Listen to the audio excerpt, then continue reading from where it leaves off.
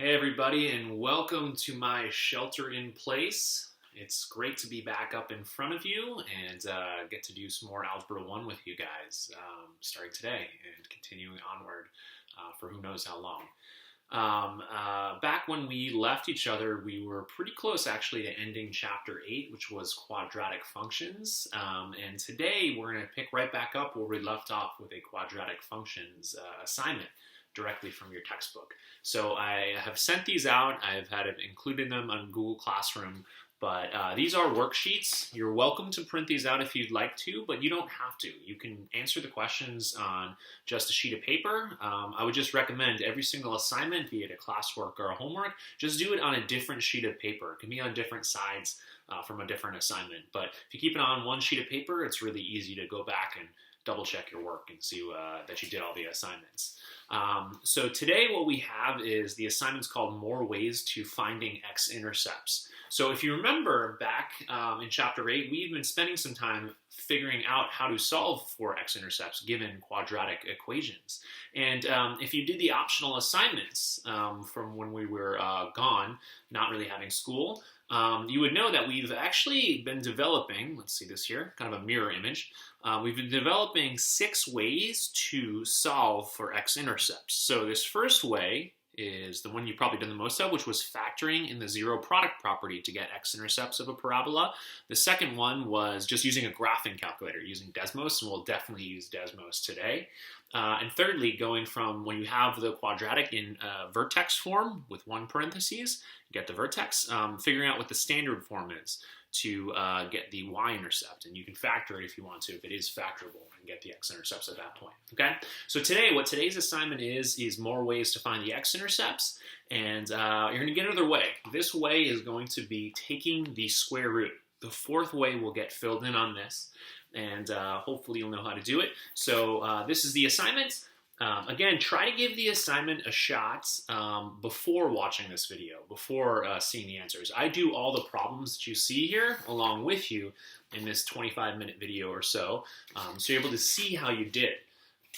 Okay, so try the assignment out first, and then you can always pause the video and try out the problems, retry the problems, and check your answers when you go through along this with me, okay? So best of luck on this. I think if you do these assignments each and every day, you're gonna get better and better at this and be well prepared, very, very well prepared, knowing everything you need to know about Algebra 1 by the end of the year. Okay, so I look forward to having you guys try out this assignment. We're going to go over this a bit on Tuesday and during our Zoom meeting online, so hopefully you can make it to that. Of course, you can always email me or ask questions on the Google Classroom thread. Okay, so keep it up, guys. Be curious, stay positive, try your best, and check your answers, and you're going to do great. Now you can do it. Best of luck.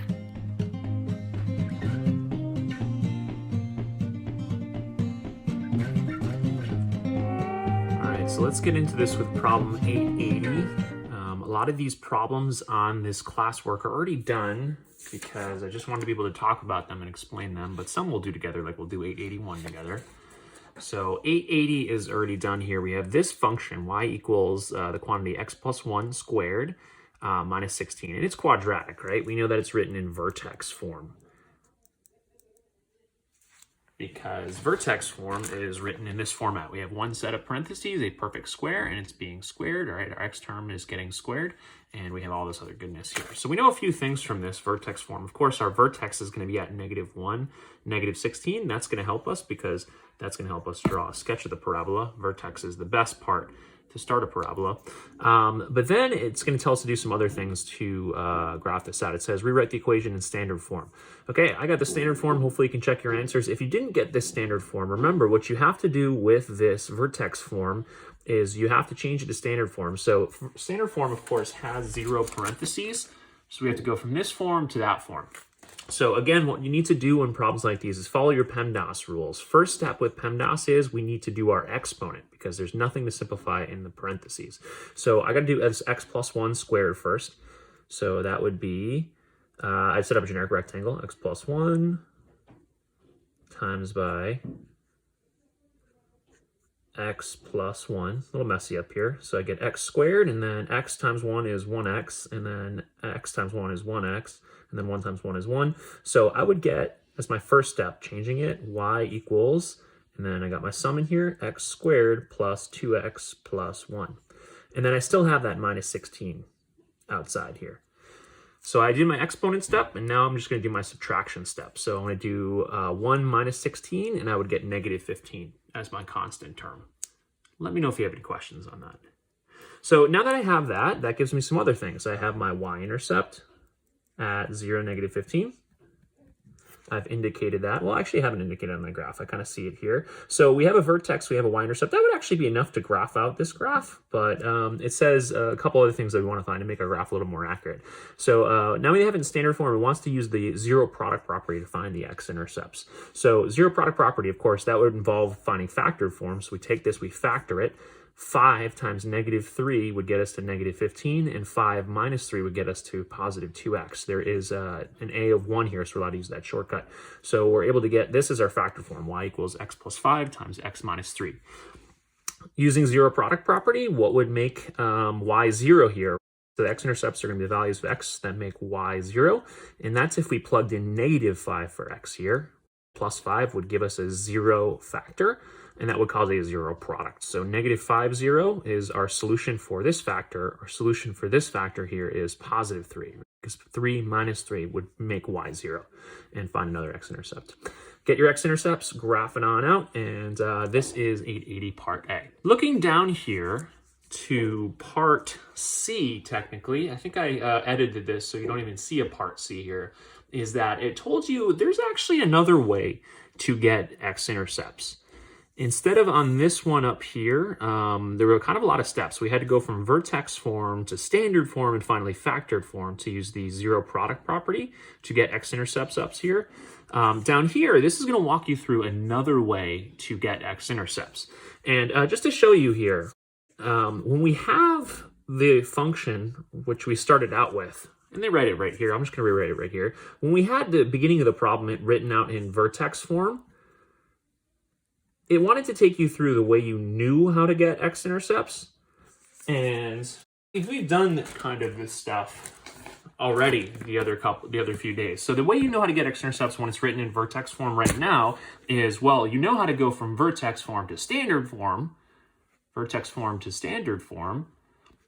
And then you know once you have something in standard form, if you're able to factor it, you can factor it and use the zero product property and solve for the roots.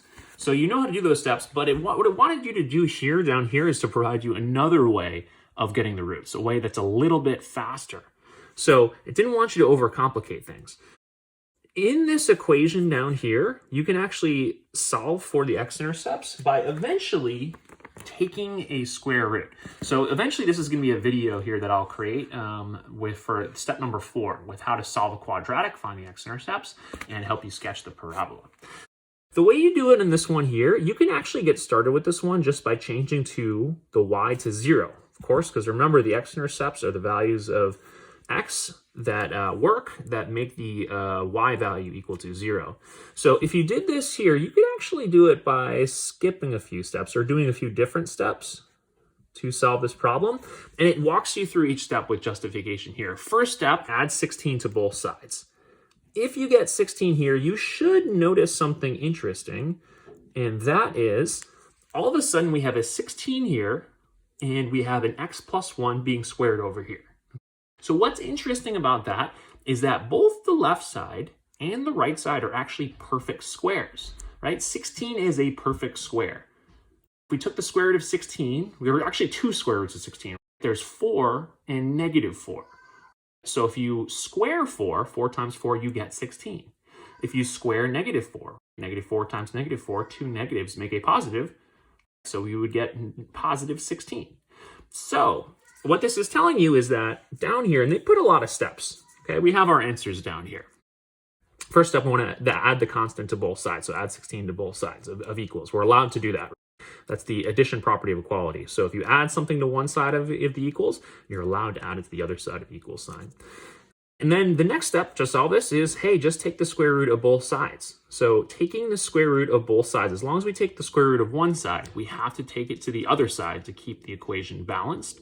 That's a legal move. We're allowed to do that. And that's also going to get rid of this little squaring action here, right? That would go away, and we'd be left kind of with this. So the next thing is kind of the big thing that they want you to remember. And the thing that I want you to remember with this is remembering when you're solving for x-intercepts, you got to remember x-intercepts. How many x-intercepts do parabolas usually have? Well, if we look at some of the examples we've done so far, you should see and you should know that there are usually two x-intercepts for a parabola. So here, you got to be careful when you're taking the square root of both sides. What you need to do is to find both square roots, right? Both square roots of 16. That's sort of how I talk about it. I usually don't show this step right here, but what they're just trying to show you here is that the square root of 16.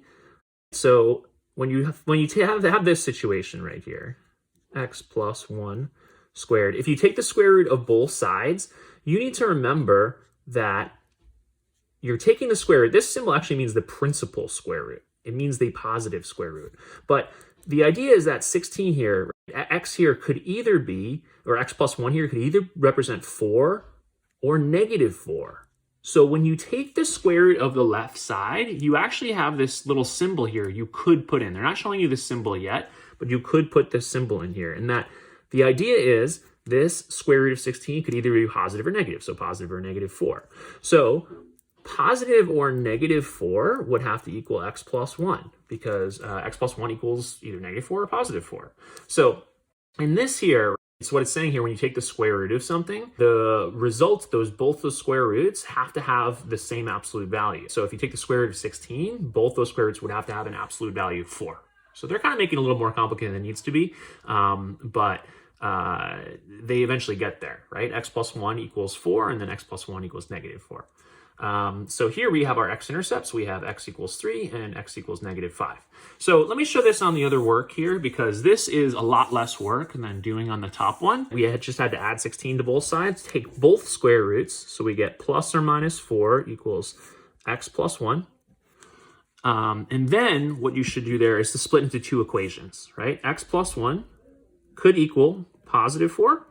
It could also equal negative 4. Okay, and then these are really easy to solve to get both x-intercepts. So subtract 1 from both sides, x equals 3, and x equals negative 5. Negative 5. And you know what? That matches what we got in part A. So I know you might like this format to get this method to do this, and that's fine, right? This is one way to do that. But this way, it is faster. So if you have it in Vertex Form, you can just plug in 0 for y and solve for x, and then this is how you do this. Step 1 is to add the 16 to both sides, and that's important because what you're doing is you're isolating the perfect square. So that might be one step that you could write down. Isolate the perfect square, find both square roots of the left side, and then all of a sudden you have the right side without the squared part. And then you just need to solve for both answers. Usually there are two answers. And we get the same thing.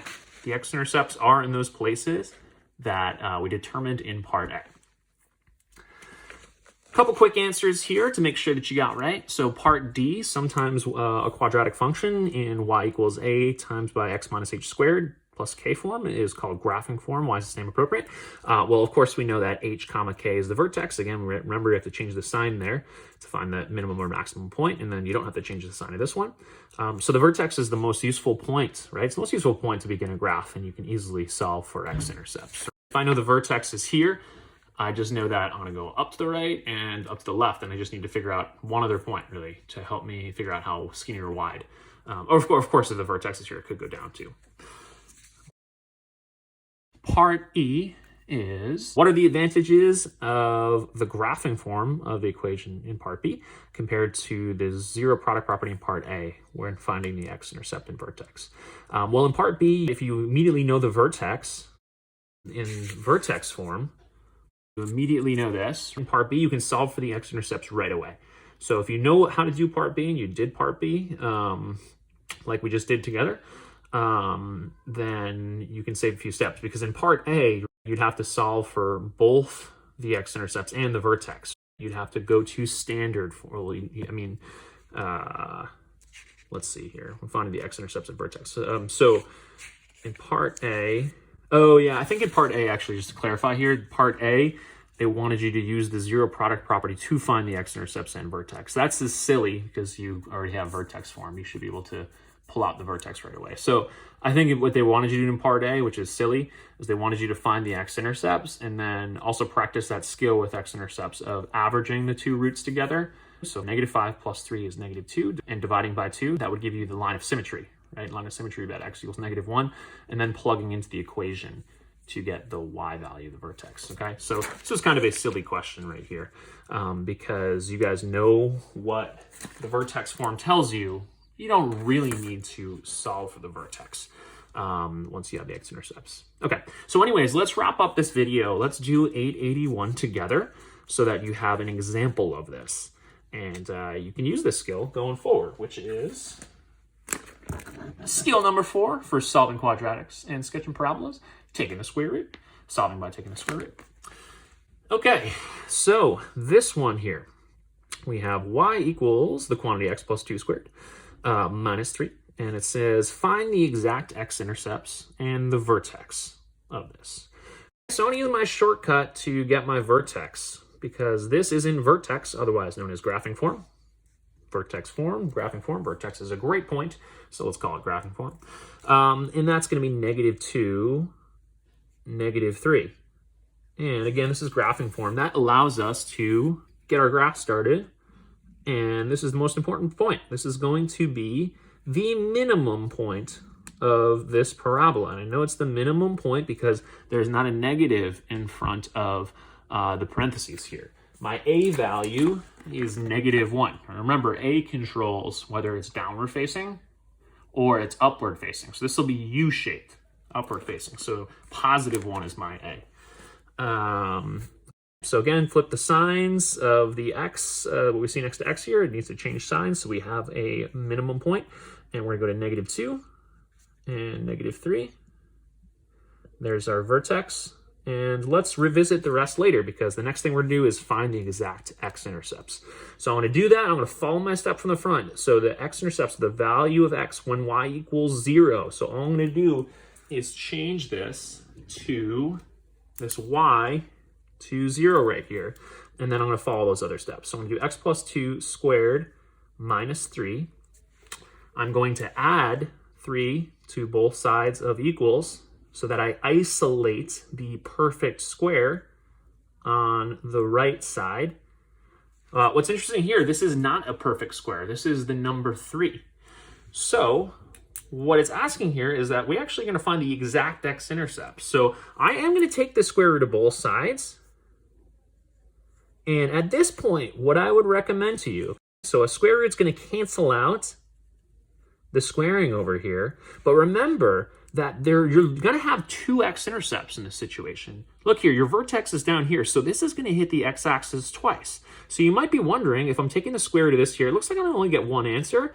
The thing you need to remember is x plus 2, right? Is it going to be a positive number? Oh, wait, it could be a positive or it could be a negative number.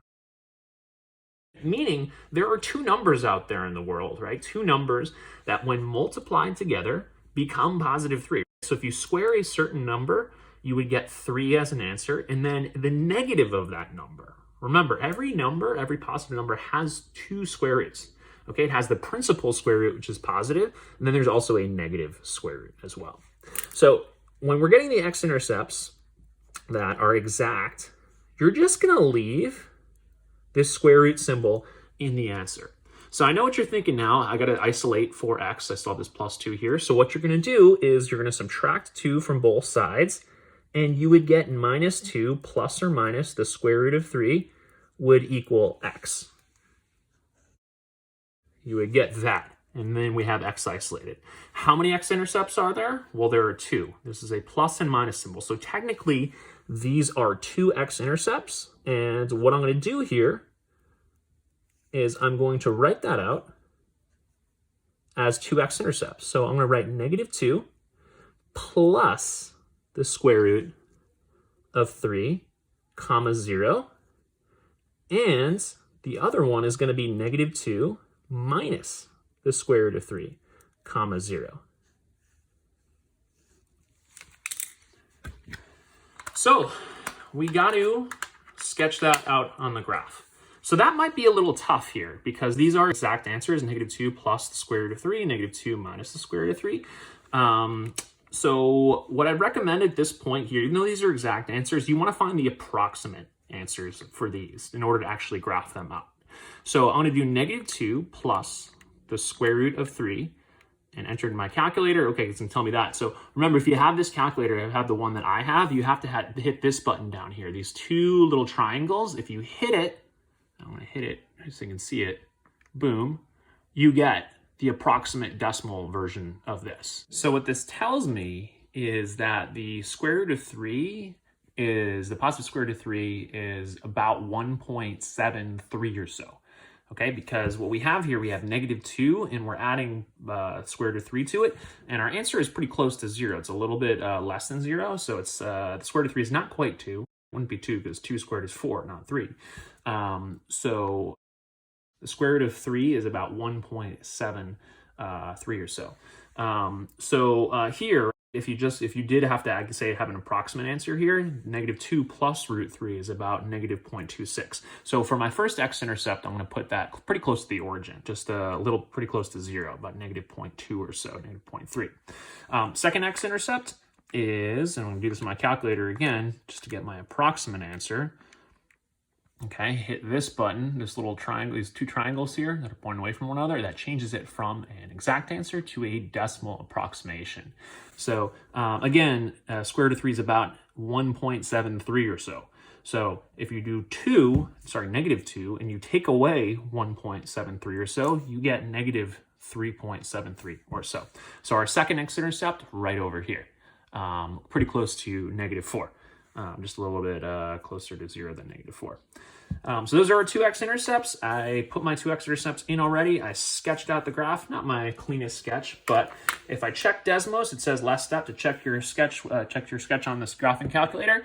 I notice here, let me zoom out, that my parabola sketched here matches up the one that I see on Desmos. Okay, I graphed the function correctly, and I can check kind of my key points if I want to. Vertex, of course, at -2, -3, and our x-intercepts at those exact approximations that my calculator found. So that's it. Hopefully you did your learning lob right. Describe the different strategies for finding x-intercepts in a quadratic equation. And title that in. If you didn't do the learning log, not a big deal for this one because we're keeping track of that together. We're doing this together. The nice thing is that week before spring break is that I provided you this video, at least for the first 3 methods of solving quadratics and sketching parabolas here, right? Strategies for finding x-intercepts. So far, you have 4 things now, and we'll get a video made of the 4th and eventually 5th and 6th later on in the unit. Probably not for another week or 2, but now you know how to do the 4th one here. So you know how to factor. That's one way to get x-intercepts, is factoring and using zero product property, if it's factorable. You could use a graphing calculator, right? So we could have just done this one in a graphing calculator, but you want to know the math work, you want to know the algebra in addition to that. And then vertex to standard form, you already did that in part 1 of this assignment. And then finally now, you know the 4th way, taking the square root to find x-intercepts. Hope you enjoyed doing this assignment and this video. I hope everything helped that I'm trying to provide here. Send me an email if you have any question, and you got this, guys. Some of these assignments can be a bit harder if you're doing it on your own, but with some effort and with some reaching out and having internet access, I know that can be hard sometimes. But if you have that, I think you're going to get it done. Thanks, guys. Look forward to meeting soon. Bye.